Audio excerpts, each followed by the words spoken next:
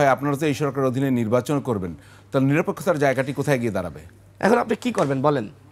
এই সরকারের অধীনে নির্বাচনে না গিয়ে আমি কি করব? বিকল্প আছে?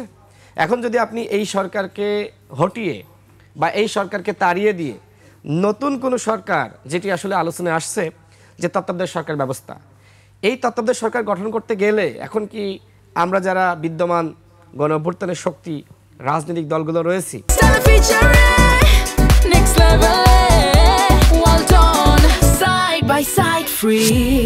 আমরা কি ঐক্যমতের জায়গায় আসতে পারবো? পারবো না। তো সেক্ষেত্রে নতুনভাবে আরেকটি তত্ত্বাবধায়ক সরকার বা নির্বাচনকালীন সরকার গঠন করতে গেলে আমাদের ভিতরে এক ধরনের বিভেদ হবে, বিভাজন বাড়বে। এই সুযোগটা তৃতীয় পক্ষ নিবে এবং আরেকটি একাগারো ঘটতে পারে। সুতরাং এই সরকার আমাদের কাছে আসলে বিকল্প নাই। মন্দের ভালো হিসেবেই এই সরকারের অধীনে নির্বাচনে যাওয়া ছাড়া তো উপায় নাই।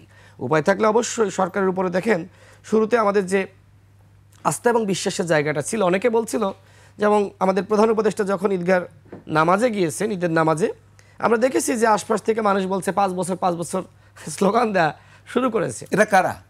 যারা হোক না কেন, হতে পারে বিভিন্ন দলের বা সাধারণ মানুষ, তারা আবেগে স্লোগান দিয়েছে।